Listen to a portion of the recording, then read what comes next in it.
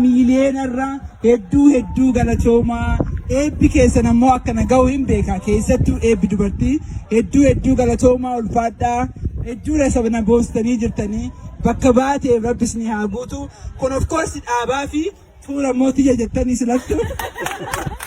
anillee irratti kennu isinillee irratti nimina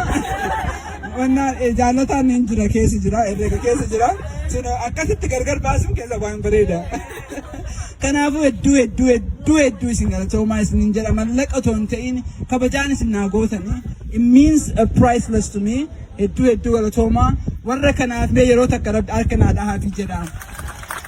Aminaa koreesii wajjinii zayitii koreesii wajjinii dhugaa isin jedha. Ila sometimes maatii miti sometimes kasi beeku miti halagaa si arganii jira wal hin beeknu kana gootanii jettanii hin dhufeen deebi'ee jedha ijaarramtanii jettanii laala yoo isin ijaarramtan kabajaa isin qaban isin dhagahan isin sodaatanii jedhan kanaafiyyuu ijaaramaa seenaaf otoo hin ta'in ofiif ijaarama ijoollee lafaa qabdan ijoollee lafaa dhufaa jirtu